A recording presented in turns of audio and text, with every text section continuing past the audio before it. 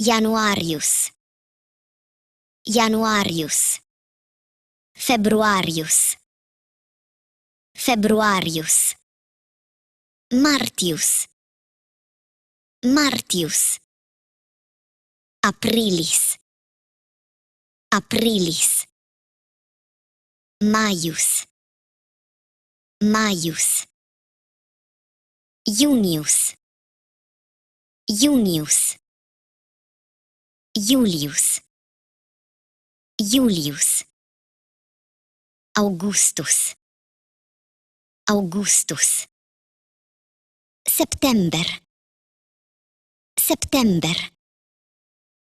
Oktober, Oktober, November, November, December, December.